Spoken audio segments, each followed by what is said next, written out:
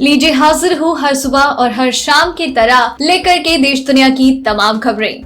नमस्कार दोस्तों, आप सभी का स्वागत है हमारे चैनल पर। तो हमारे चैनल को सब्सक्राइब कर लीजिए ताकि आप कोई भी खबर कभी भी मिस ना करें। आज के इस वीडियो में जानेंगे कोरोना वायरस का देश में कहर, कितने लोग हुए पीड़ित और कितनों की अब तक मौत। इन राज्यों में लागू हुआ लॉकडाउन, जानिए कहीं आपका राज्य तो नहीं।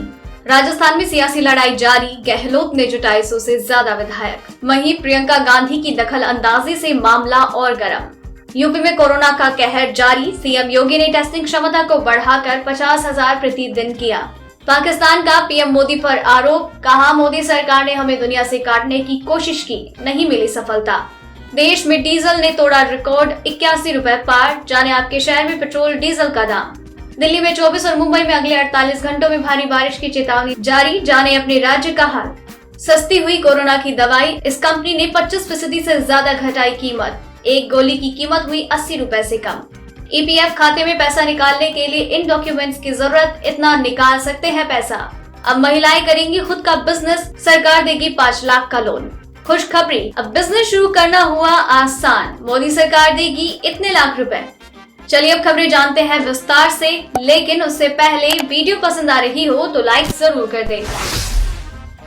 भारत में कोरोना वायरस का कहर जारी है। देश में कंफर्म केसों का आंकड़ा 8,79,487 के पार हो चुका है और 23,194 से ज्यादा लोगों की जान जा चुकी है। वहीं 5,54,429 से ज्यादा लोग ठीक हो चुके हैं। दुनिया भर में इस वायरस से 5,71,674 से ज्यादा लोगों की जान जा चुकी है, तो वहीं 1,30,41,719 कंफर्म केस है। हो सकता है जब आप ये वीडियो देख रहे हो तो ये आंकड़े और बढ़ गए हों। राजस्थान में अशोक गहलोत की सरकार पर मंडरा रहा संकट अब घटता हुआ दिख रहा है। सोमवार दोपहर को अशोक गहलोत ने 100 से ज्यादा विधायकों की परेड मीडिया के सामने करवाई और विक्ट्री साइन की। साफ है कि अशोक गहलोत ने संदेश दिया है कि उनके पास बहुमत है और सचिन पायलट के सभी दावे गलत साबित होते दिख रहे हैं। ऐसे में अब हर किसी की नजर इस पर है कि सचिन पायलट क्या कदम उठाएंगे। सचिन पायलट लगातार 25 से ज्यादा विधायक होने का दावा कर रहे थे। सीएम अशोक गहलोत और डिप्टी सीएम सचिन पायलट के बीच सियासी मनमुटाव ने कांग्रेस आला कमान की परेशानी बढ़ा दी। तमाम प्रयासों के बावजूद सोमवार को सचिन पायलट की गैर मौजूदगी में ही राजस्थान कांग्रेस विधायक दल की बैठक हुई। इस बीच सूत्रों के हवालों से ये खबरें सामने आई है कि कांग्रेस महासचिव प्रियंका गांधी वाड्रा अब इस सियासी संकट को निपटाने के लिए सामने आई हैं। उनके दखल पर नाराज पायलट से फिर से बातचीत शुरू हुई है ताकि हालात को सामान्य किया जा सके।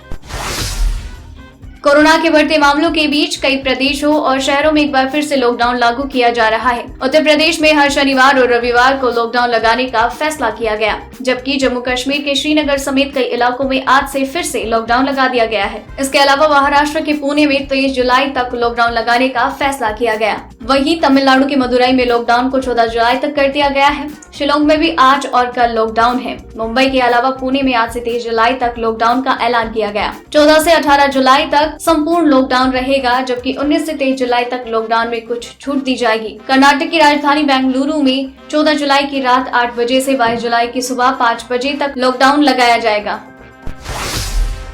कांग्रेस के पूर्व अध्यक्ष राहुल गांधी ने देश में कोरोना वायरस के मामलों में लगातार हो रही बढ़ोतरी को लेकर सोमवार को सवाल किया कि क्या कोविड-19 के खिलाफ लड़ाई में भारत अच्छी स्थिति में है। उन्होंने भारत में कोरोना वायरस के मामले बढ़ने की तुलना दुनिया में कई देशों में कोविड के संक्रमण में बढ़ोतरी करने वाला एक ग्राफ साझा करते हुए ट्वीट किया। कोविड-19 के खिलाफ लड़ाई में भारत अच्छी स्थिति में है। बता दें, देश में पिछले 24 घंटे में कोरोना वायरस संक्रमण के सर्वाधिक 28,701 मामले सामने आने के बाद संक्रमितों की कुल संख्या सोमवार को 8,78,254 हो गई। यूपी के मुख्यमंत्री योगी आदित्यनाथ ने टेस्टिंग क्षमता को बढ़ाकर 50,000 टेस्ट प्रतिदिन किए जाने के निर्देश देते हुए कहा कि अधिक संक्रमण वाले जिलों में मेडिकल जांच के लिए मोबाइल टेस्टिंग वैन का उपयोग किया जाए। योगी ने सोमवार को यहां अपने सरकारी आवास पर एक उच्च स्तरीय बैठक में अनलॉक व्यवस्था की समीक्षा की। उन्होंने कहा कि स्वच्छता और सैनिटाइजेशन का कार्य कोविड-19 के साथ साथ वेक्टर जनित रोगों को भी रोकने में काफी सहायक है, इसलिए प्रत्येक शनिवार तथा रविवार को पूरे प्रदेश में स्वच्छता एवं सैनिटाइजेशन का विशेष अभियान चलाया जाए।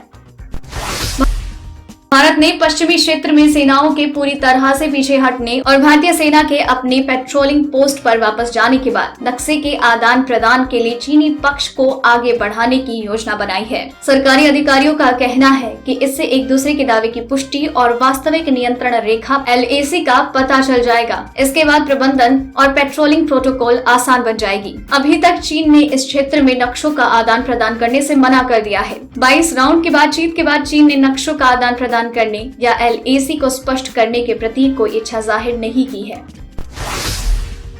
पीएम मोदी ने आज गूगल के CEO सुंदर पिचाई से वीडियो कॉन्फ्रेंसिंग की। इसकी जानकारी देते हुए पीएम ने कहा, हमने कई विषयों पर बात की, विशेष रूप से भारत के किसानों, युवाओं और उद्यमियों के जीवन को बदलने के लिए प्रौद्योगिकी की शक्ति का लाभ देने के मसले पर अच्छी चर्चा हुई। पीएम ने कहा, सुंदर पिचाई से बातचीत के दौरान मैंने नई कार्य संस्कृति के बारे में बात की जो कोरोना के समय से उभर रही है। हमने उन चुनौतियों पर चर्चा की जो वैश्विक महामारी ने खेल जैसे क्षेत्रों में ला दी। हमने डेटा सुरक्षा और साइबर सुरक्षा के महत्व के बारे में भी बात की। भारत ने पिछले साल चीन के लिए फायदेमंद मानी जा रही regional comprehensive economic partnership RCEP में शामिल होने से इनकार कर दिया। चीन समेत करीब 15 देशों ने भारत के बिना ही इस समझौते पर हस्ताक्षर कर दिए थे और कहा था कि भारत अगर बाद में चाहे तो इसमें शामिल हो सकता है। वहीं भारत की डील को दोबारा न कहने से चीनी मीडिया में तीखी प्रतिक्रिया आ रही है। चीनी अखबार ग्लोबल टाइम्स ने कहा, RCEP से बाहर रहने के लिए चीन का बहाना नहीं बनाना चाहिए। पश्चिम बंगाल में भाजपा विधायक का शव घर के पास रस्सी से लटका हुआ मिला। लोगों का स्पष्ट मत है कि उन्हें पहले मारा गया है और फिर लटका दिया गया। भाजपा अध्यक्ष JP नड्डा ने कहा कि भाजपा विधायक देवेंद्र नाथ रे की संदिग्ध जघन्य हत्या बेहद चौंकाने वाली और घटिया है। ममता सरकार में गुंडा राज है और ये कानून व्यवस्था की विफलता है। पश्चिम बंगाल के राज्यपाल जगदीप धनखड़ ने ट्वीट किया कि भाजपा विधायक की मृत्यु हत्या के आरोपों सहित गंभीर मुद्दों को उठाती है। सच्चाई को उजागर करने और राजनीतिक हिंसा को रोकने के लिए पूरी निष्पक्ष जांच की आवश्यकता है। देश की राजधानी दिल्ली में अगले 24 घंटे में भारी बारिश, तो वहीं मुंबई में अगले 48 घंटे में तेज बारिश को लेकर चेतावनी जारी की गई है। दिल्ली के मौसम विभाग ने राजधानी दिल्ली में अगले 24 घंटे में अच्छी बारिश को लेकर उम्मीद जताई है। वहीं 14 जुलाई को बारिश नहीं होगी। उसके बाद 16 जुलाई को दिल्ली में तेज बारिश की चेतावनी जारी की गई। वहीं मौसम विभाग ने पूर्वी उत्तर प्रदेश, बिहार, पश्चिम बंगाल, असम, मेघालय और हिमाचल प्रदेश में तेज बारिश को लेकर अलर्ट जारी किया गया। वहीं दूसरी तरफ जम्मू कश्मीर, गिलगित बाल्टिस्तान, मुजफ्फराबाद, हिमाचल प्रदेश, उत्तराखंड, पंजाब में हल्की बारिश की चेतावनी जारी की गई। सोमवार को देश में डीजल की कीमतों में इतिहास बन गया है। डीजल की कीमत पहली बार 81 रुपए पर पहुंच गई है। सोमवार को डीजल की कीमत में प्रति लीटर 11 पैसे की बढ़ोतरी हुई, जिसके बाद दिल्ली में डीजल की कीमत 81.05 रुपए की उच्चतम स्तर पर पहुंच गया। हालांकि पेट्रोल की कीमत में कोई बदलाव नहीं हुआ और ये स्थिर है। मुंबई की बात की जाए तो यहाँ पर पेट्रोल 87.19 रुपए और डीजल 79.27 रुपए। चेन्नई में पेट्रोल 83.63 और डीजल 78.11। कोलकाता में पेट्रोल 82.10 और डीजल 76.17 रुपए प्रति लीटर है। जम्मू कश्मीर के अनंतनाग जिले में आतंकियों और सुरक्षा बलों के बीच मुठभेड़ में एक आतंकी ढेर हो गया। सोमवार सुबह शुरू हुए इस ऑपरेशन को CRPF की क्विक एक्शन टीम के साथ ही पुलिस और सेना की 3 राष्ट्रीय राइफल्स की संयुक्त टीम अंजाम दे रही है। गौरतलब है कि उत्तरी कश्मीर के आतंकियों को मुठभेड़ में मार गिराया गया था। मारे गए आतंकियों से 3 AK-47 राइफल तथा विस्फोटक सामग्री बरामद की गयी। कोरोना वायरस के इलाज में कारगर पाई गई दवाइयों की कीमत बहुत ज्यादा रखी गई थी। इससे कोविड-19 की चपेट में आए आम आदमी पर दोहरी मार पड़ने लगी है। ऐसे में ग्लेनमार्क फार्मास्यूटिकल्स भारत में इन्होंने पिछले महीने उतारी कोविड-19 की दवा फेबीफ्लू की कीमत 25% से ज्यादा घटा दी। बता दें कि जिस समय कंपनी ने इस दवा को बाजार में उतारा था, उस समय इसकी एक टैबलेट की कीमत 103 रुपए थी। दाम घटाए जाने के बाद अब इसकी कीमत हो गई है 80 रुपए से भी कम। बड़ी खबर, रूस के सेचेनोव विश्वविद्यालय ने कोरोना वायरस की वैक्सीन के सफल परीक्षण का दावा किया। इससे निश्चित तौर पर एक उम्मीद जगी है। मॉस्को के Sechenov first state medical university के शोधकर्ताओं ने दुनिया की पहली कोरोना वैक्सीन के परीक्षणों को सफलतापूर्वक पूरा कर लेने का दावा किया। विश्वविद्यालय ने 18 जून को रूस के गेमाले इंस्टीट्यूट ऑफ एपिडेमियोलॉजी और माइक्रोबायोलॉजी द्वारा निर्मित एक टीके का परीक्षण शुरू किया था। उन्होंने कहा कि शोधकर्ताओं के पहले समूह को बुधवार और दूसरे को 20 जुलाई को छुट्टी दी जाएगी। झारखंड में कोरोना के बढ़ते संकट को देखते हुए पूर्व मध्य रेलवे ने झारखंड सरकार के आग्रह पर बड़ा फैसला लिया, जिसके तहत 13 जुलाई यानी कि सोमवार से बिहार और झारखंड के बीच रेल सेवा को यात्रियों के लिए रोक दिया गया है। ये फैसला अगले आदेश तक लागू रहेगा। कोरोना के बढ़ते संकट को देखकर इस आग्रह को रेलवे के द्वारा मंजूरी दे दी गई, जिसके बाद बिहार और झारखंड के बीच चलने वाली एक ट्रेन के परिचालन को पूरी तरह से रद्द किया गया।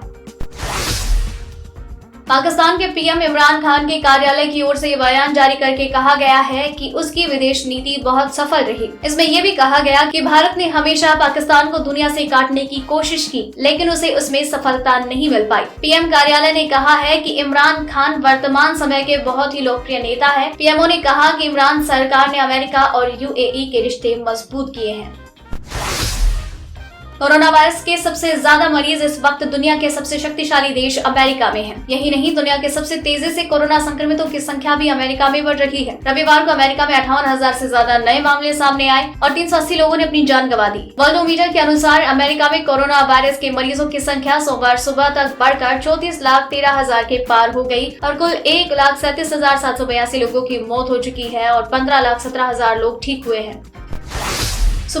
सुप्रीम कोर्ट ने केरल के तिरुवनंतपुरम में ऐतिहासिक श्री पद्मनाभ स्वामी मंदिर के प्रशासन में त्रावणकोर शाही परिवार के अधिकारों को बरकरार रखने का आदेश दिया। कोर्ट ने अपने फैसले में कहा कि मंदिर के मामलों के प्रबंधन वाली प्रशासनिक समिति की अध्यक्षता तिरुवनंतपुरम के जिला न्यायाधीश करेंगे। बता दें कि न्यायालय ने केरल हाई कोर्ट के 31 जनवरी 2011 के उस आदेश को रद्द किया, जिसमें राज्य सरकार ने पद्मनाभ स्वामी मंदिर का नियंत्रण लेने के लिए न्यास गठित करने को कहा था। देश में स्त्रियों की स्थिति में सुधार लाने के लिए मोदी सरकार द्वारा महिलाओं को वित्तीय संबंधी परेशानियों को दूर करने के लिए कई योजनाएं चला रही है। इन्हीं में से एक योजना स्त्री शक्ति योजना है। इसके तहत सरकार महिलाओं की आर्थिक सहायता प्रदान करेगी। इस योजना के तहत जो महिलाएं अपना बिजनेस शुरू करना चाहती हैं, लेकिन आर्थिक रूप से कमजोर होने के कारण नहीं कर पाती, उन्हें SBI बैंक के द्वारा लोन प्रदान किया जाएगा। इसके साथ ही देश में महिला उद्योगों की संख्या में बढ़ोतरी की जाए तथा उद्योगों के तहत 5 लाख तक की सिक्योरिटी भी सरकार के द्वारा महिलाओं को दी जाएगी। इसके लिए कोई सिक्योरिटी भी नहीं ली जाती है।